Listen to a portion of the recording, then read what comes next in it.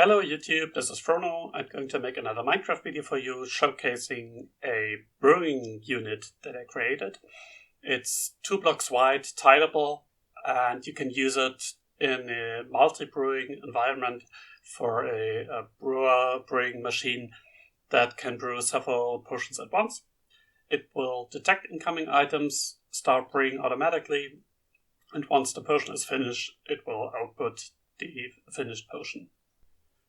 I've used this brewing stand in my tileable potion brewer, where you can brew up to 20 potions at the same time. So there essentially is an input selector that remembers which brewing unit received the items for the last time, and once the next items arrive for the next potion, the next brewing unit will be filled. A world download is available in the other video of the tileable potion brewer, but I think the system is very simple, so you can build it by just looking at this picture. It's built using Java 17.1, but I would figure it should work in most other Minecraft versions, probably even in Bedrock. So how does it work? Here is an input hopper that brings the item to the brewing stand and the comparator that reads the input hopper. And once the first item comes in, I have prepared the ingredients for a splash potion of harming. So if I put in the first ingredient, the nether wart, nothing really happens. I have a short redstone signal that doesn't trigger anything.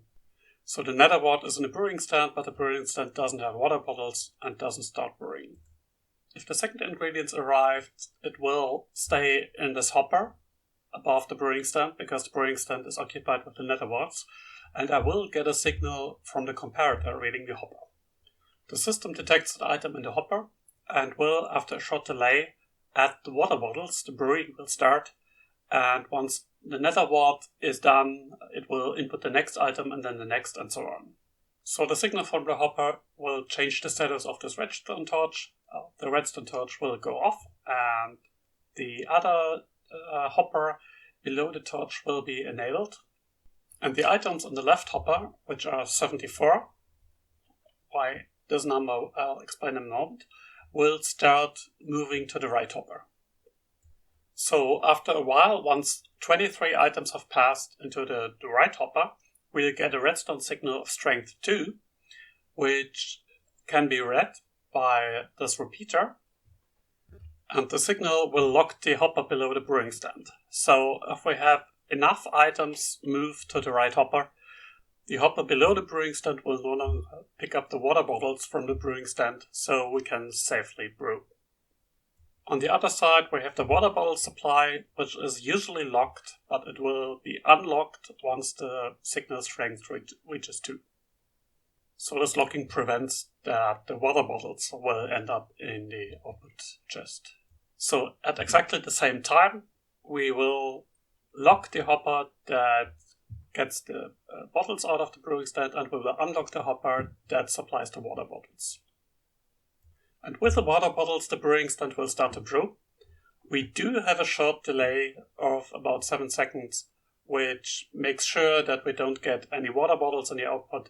This is not really a big problem because brewing usually takes 1 to 2 minutes, so a delay of 7 seconds is acceptable. So after 20 seconds, the nether wart will be gone, and the next ingredient will move into the brewing stand, and so on, after all the ingredients are gone. And at this time, we will no longer have a redstone signal. So why do we have this magic number of 74 items in the hopper? Well, that's easy. Once the last ingredient is gone, the redstone line at the top is no longer powered, so the items will begin to move back in the other hopper, but we need 20 more seconds to finish the potion, and the 20 seconds is exactly the time that 50 items needs to go in the other hopper, so we will have 24 items left in the right hopper, and this equals a signal strength of 2. After 2 more items have been transferred, we're down to 22 items. The signal strength will go down to 1, and we will unlock the hopper below that pulls out the potion, and we will lock the hopper that supplies the water bottles. So as you can see in the moment, the timing is almost perfect. once the potion is finished, the potions will be pulled into the output chest.